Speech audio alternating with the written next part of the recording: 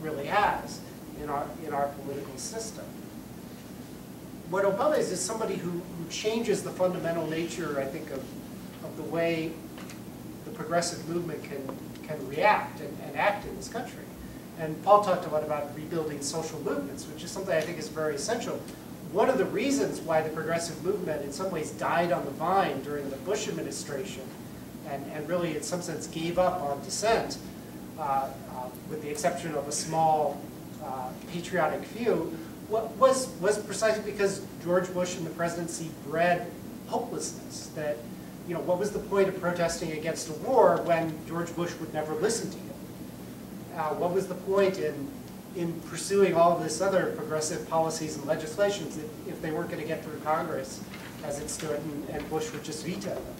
And in many ways, I think a lot of what happened with the progressive movement was a product of having someone so terrible in the presidency.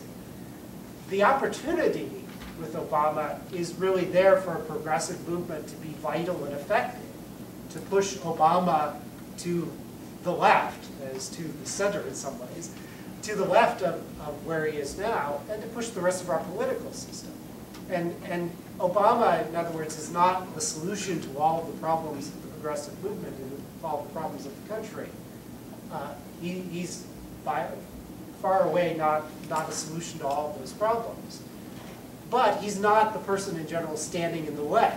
He's not the person getting in the way of that. He's someone who's really leading a lot of progressive legislation, but who can't do it by himself. And I think we saw a lot of this on the healthcare debate, where Obama was criticized on the left for ignoring single payer, for having this corporatist healthcare reform.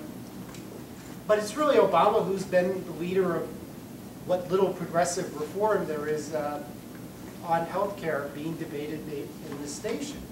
That he's someone who expressed sympathy and support for the idea of single payer, but felt it wasn't politically possible.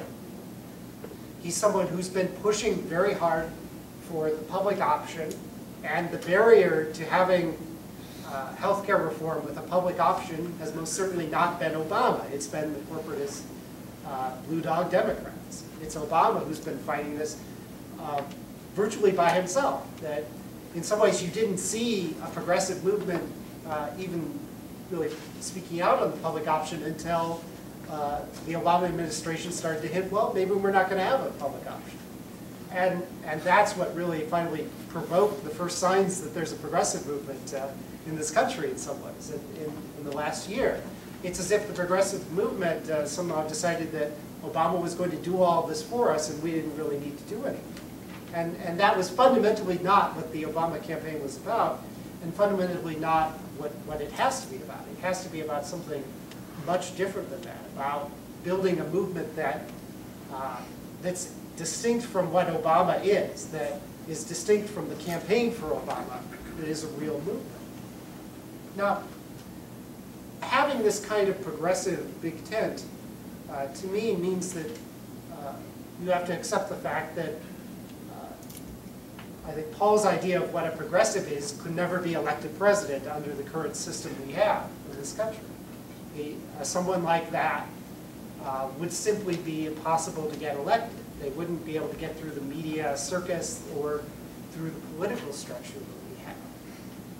Obama, in that sense, may not be the ideal progressive at all. He may, in some ways, not be much of a progressive, but he's the only progressive president we've got or are ever likely to have in the foreseeable future. And what we need to do is understand what kind of progressive he is, understand what kind of progressive movement needs to be built to support him and also challenge him.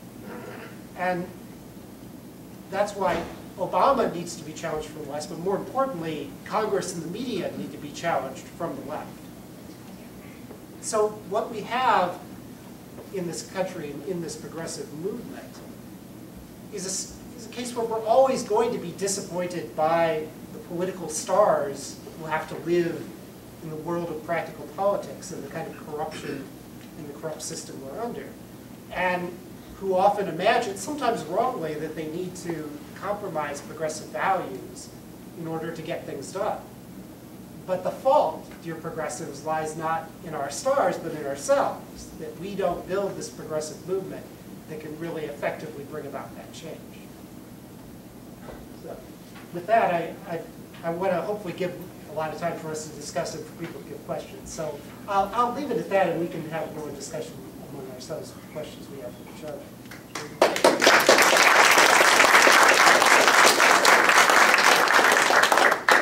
Hey, Paul, we can ask John.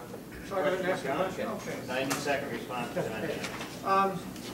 John, looking at your latest version of your ongoing ode to Obama, President Obama, a more perfect union. I was snarkily thinking of, if there's a third iteration, maybe it could be 3 cheers for His Holiness the Dalai Obama.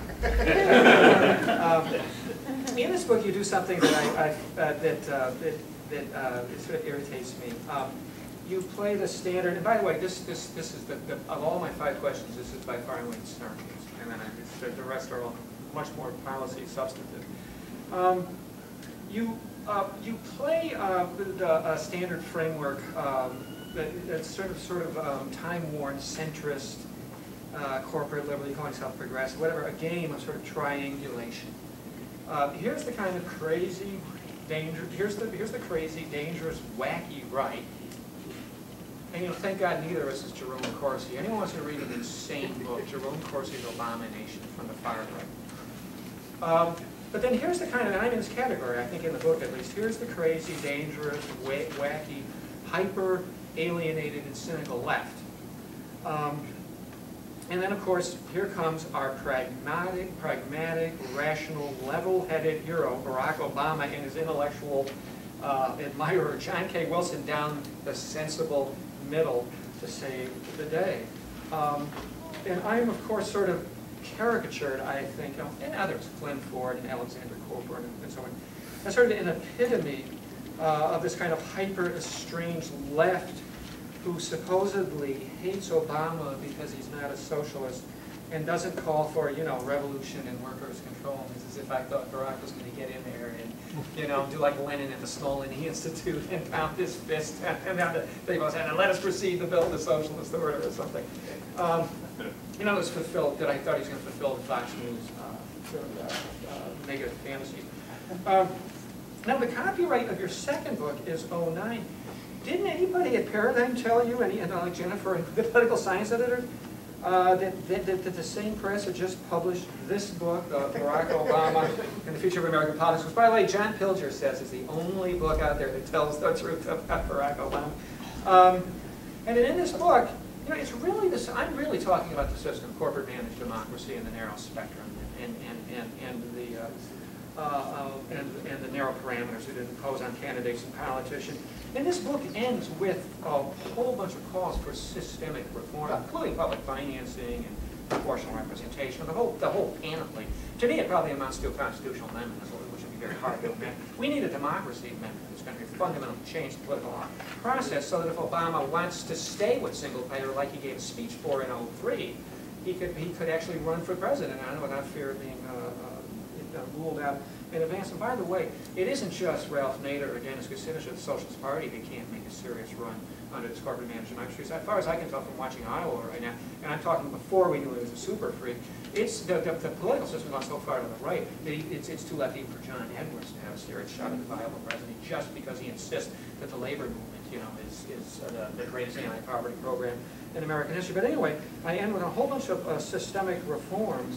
I do in this book identify myself as an anti-capitalist. I really do feel that ultimate existential human, particularly ecological problems now are simply not solvable within the confines of the profit system. But I also say, that I'm not going all crazy in this book and expecting Obama to fulfill that and to hold him to that definition of a progressive. And in fact, I specifically cite and quote the Progressive Democrats for America, which I'm not a member of. The people are trying to recruit me. I have a piece on their site right now about healthcare reform. And I use their criteria, single-payer healthcare reform, and they talk about livable wages and not carbon trade.